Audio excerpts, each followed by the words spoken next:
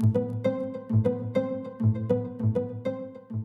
really disagree with the concept that she's a good representative of UTEP culture, not only due to her past track record, but also due to the fact that she has very minimal experience in education. But I do understand that the Texas Board of Regents has made the decision that she will become the president of UTEP, and for that reason, I personally advocate that we do what we can to protect the student body and remain active. I'm not very happy with the decision that was made. I understand the UT Board of Regents, but because of her past voting record, I'm not super comfortable.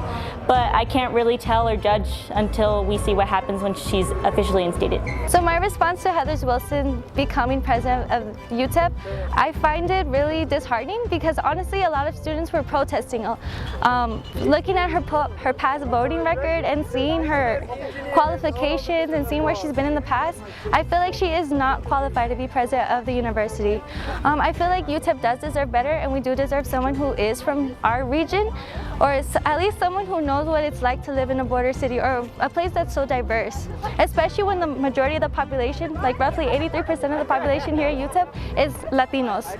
In my personal opinion is that I don't think she represents this community or this campus, and I don't think she's qualified. You know, I feel a lot of people have been bringing up the fact that she worked as a president of another university, but if you look at the university itself, it was 2,500 students total with an 80% population of white Caucasian. So I just don't see how that job translates over to this job for UTEP, where we have 23,000 students that are 80% or more Hispanic. I think we can do a better job to get a better president. Honestly, I don't think she represents what UTEP is about. I think we can get a better president and someone who represents us better as a community and as a school.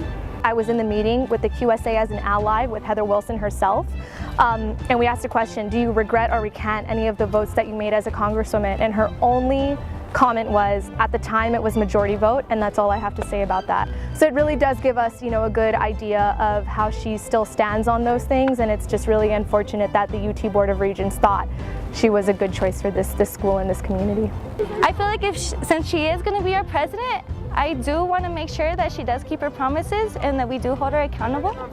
And we'll see what we could do. And I really hope that she's here for the students. I'm not completely informed. I know that there's a lot of students on campus who have issues with the new president and so on. From what I hear, it's not completely positive, but I also don't have all my facts straight to make a complete opinion.